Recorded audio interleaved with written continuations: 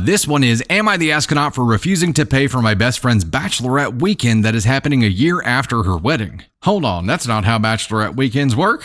It sounds more like a divorce party. So my best friend just got married in July of last year, 2022. We have been friends for 15 years and had talked about being involved with each other's weddings, growing up, all that kind of stuff. Well, she got engaged and married extremely fast to her current husband. Within a year of dating, and I say fast because in May 2022, she was thinking of breaking up with him, then got engaged a month later and the wedding a month after that. The wedding was so fast that I wasn't even invited to it, and it was a small thing for her and his family only, which was a bit hurtful being my close friend and all, but that was fine and her choice. So now we are here a year later. My friend and I haven't talked much since last year because we have both been moving on with our lives. Now, one of her other friends is trying to plan a late bachelorette weekend for her with only 3 of us, me, married friend, and the girl planning it. Originally, there was supposed to be 4 going, and the plan was to split the cost between 4 of us for a hotel and things like that. Now, her friend that is planning everything asked me if I would pay half with her so that the married friend didn't have to pay for any of it as a gift to her. And I straight up said no because it isn't actually a bachelorette event, but instead, to me, just random girls' night. Back when my best friend was getting married, I offered to plan a bachelorette party, to which she told me, no, I think there just isn't enough time until the wedding. So I thought I gave it a fair shot. Am I the asshole for not wanting to pay for my married friend's share, even though it's a late bachelorette for her? This is an area in which I have zero experience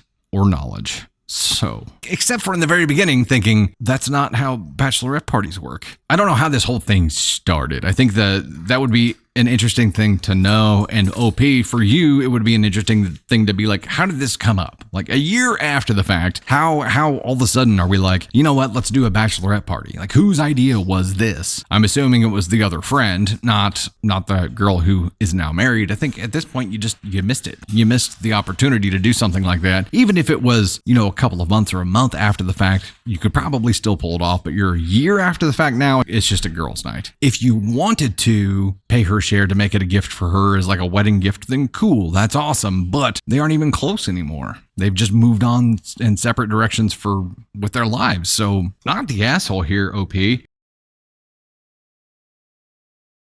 I mean, if you had wanted to do it, I'm sure she would have appreciated that. You're not the asshole for saying no and not doing it. You have no obligation to do it. The time for what was the possibility of having a bachelorette party for her, which you did offer to plan, is well past. The statute of limitations is up on that. A year later, it's a whole new ball game. It's all different now. All of it. The party could have been a year after due to COVID, and if that was the case, I feel like it would be a completely different story, but it probably would have been mentioned in here. Her best friend got married in July of last year, so July of 22. So I don't think that was a COVID delay. It would have been, around July of 22 that the bachelorette party happened too. It wasn't something that was in, at least where I'm at, one of the peak times. It still could have been one of the times though.